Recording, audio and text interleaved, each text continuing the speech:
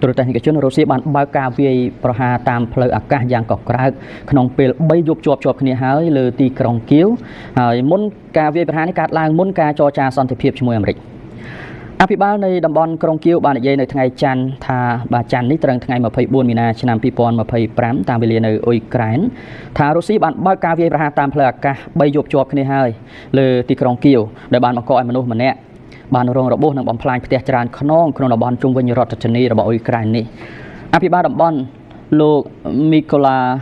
កាឡាស្និកបាននិយាយនៅក្នុងការបង្ហោះលើកម្មវិធីផ្ញើសារ Telegram ថាបរិសុទ្ធ37ឆ្នាំម្នាក់បានរងរបួសដងខ្លួននិងក្បាលដោយសារត្រូវនឹងអំបែងគ្រាប់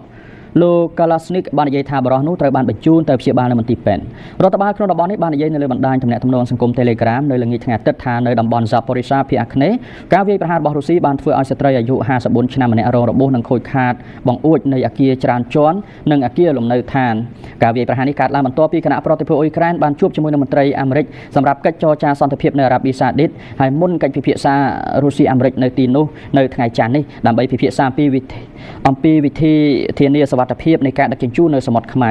ទីភ្នាក់ងារសារព័ត៌មាន Bloomberg បានរាយការណ៍នៅថ្ងៃអាទិត្យដោយដកស្រង់សម្ដី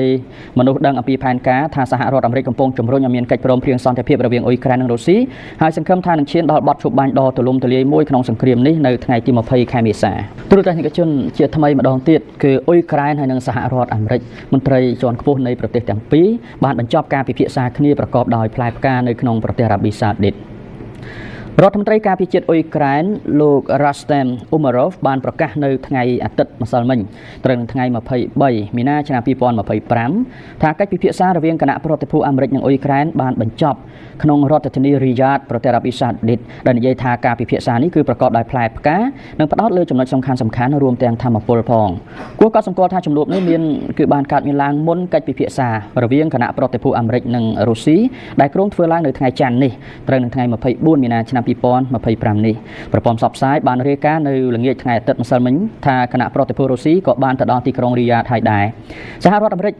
រៀបចំជំនួបដាច់ដោយឡែកជាមួយនឹងគណៈប្រតិភូមកពីអ៊ុយក្រែនផងនិងពីរុស្ស៊ីផងនៅអារ៉ាប៊ីសាអូឌីតគណៈបេសកជនពិសេសអាមេរិកលោក Steve Witkoff បានសម្ដែងសុទិដ្ឋិនិយមអំពីឱកាសនៃការបញ្ចប់ចំនួនដ៏សាហាវបំផុត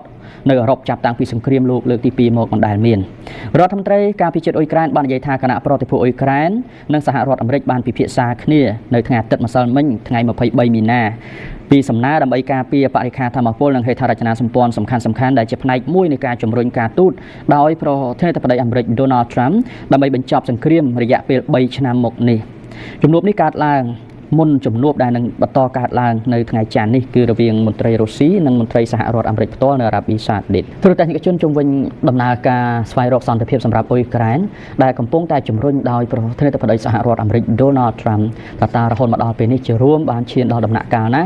ហើយជំហរភាគីចំនួននីមួយៗបានប្រកាន់ជំហរយ៉ាងណាខ្លះស្របពេលដែលថ្ងៃអាទិត្យទី23មីនាម្សិលមិញនេះគឺជាថ្មីម្ដងទៀតដែលមន្ត្រីរបស់រុស្ស៊ីដែលមន្ត្រីរបស់សហរដ្ឋអាមេរិកបានជួបពិភាក្សាជាមួយនឹងមន្ត្រីអ៊ុយក្រែននៅក្នុងទីក្រុងរីយ៉ាតប្រទេសអារ៉ាប៊ីសាអូឌីតហើយបន្ទាប់ពីជួបគ្នាជាថ្មីរវាងអាមេរិកនិងអ៊ុយក្រែនហើយនៅថ្ងៃច័ន្ទនេះបានន័យថាមួយថ្ងៃបន្ទាប់មកទៀតចូលមកដល់ថ្ងៃច័ន្ទនេះអាមេរិកនឹងជួបជាមួយរុស្ស៊ីតែម្ដងថាតើជំនួបដែលបានកើតមានឡើងដែលគេបានមើលឃើញថាអាមេរិកជាអន្តរការីនេះមានក្តីសង្ឃឹមយ៉ាងណាដែរនៅក្នុងការទទួលបានលទ្ធផលផ្លែផ្កាពិសេសគឺយើងចង់ដឹងថាតើរុស្ស៊ីមុននឹងជំនួបពិភាក្សាជាមួយអាមេរិកកើតឡើងនៅក្នុងថ្ងៃនេះ